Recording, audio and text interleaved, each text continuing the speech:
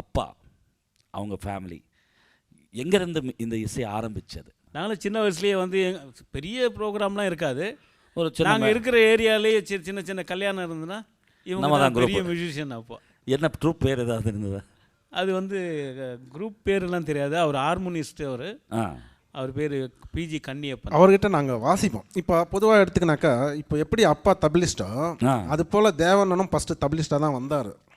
இது ரொம்ப பேருக்கு தெரியாது. தேனிசை தென்றல் தேவானந்தன் அவர்கள் தபிலிஸ்ட். அவர் ரொம்ப கச்சேரியில் வாசிச்சிருக்காரு. வாவ். அதுக்கப்புறம் சம்பத் பிரதர் இன்னொருத்தர் இருக்கார்ல, அவரும் ரிதம் பிளேயர் தான். சபேஷும் அருமையான தபிலிஸ்ட். நானும் ஒரு தபிலிஸ்ட் கச்சேரியில். என் தம்பி சிவா மட்டும்தான் ஸ்ட்ரெயிட் கீபோர்டுக்கு வந்தான். மற்றவங்க எல்லாம் ரிதம் பிளேயர்ஸ் தான் ஃபஸ்ட்டு ஸ்டார்ட். ஆமாம், நாங்கள் எல்லாம் ஆரம்பிச்சதே தபலா தான். அதாவது தபலா வாச்சிக்கிட்டு பாடுவீங்க? ஆமாம், சின்ன வயசில். ஆமாம் ஆமாம், அப்படி தான் பழக்கம். ஆமாம் ஆமாம். எந்த வயசில் பாட ஆரம்பிச்சிங்கண்ணா நீங்கள்? எனக்கு தெரிஞ்சு நான் வந்து சபேஷ் வந்து படிக்கும் போதே ஸ்கூலில் வந்து சின்ன சின்ன ப்ரோக்ராம்ஸ் எல்லாம் வைப்பாங்கல்ல. ஓ, அது போட்டியெல்லாம். ஆமாம், அப்போவே பாட ஆரம்பிச்சாச்சு சபேஷ். ஆமாம், ஸ்கூல்லேயே பாட்டு போட்டினா எப்படியாவது ஃபஸ்ட் ப்ரைஸாவது செகண்ட் ப்ரைஸாவது எடுத்துருவேன். கிரேட். ஏதாவது ஒரு டிவிஷனல் நம்பர் பாடி.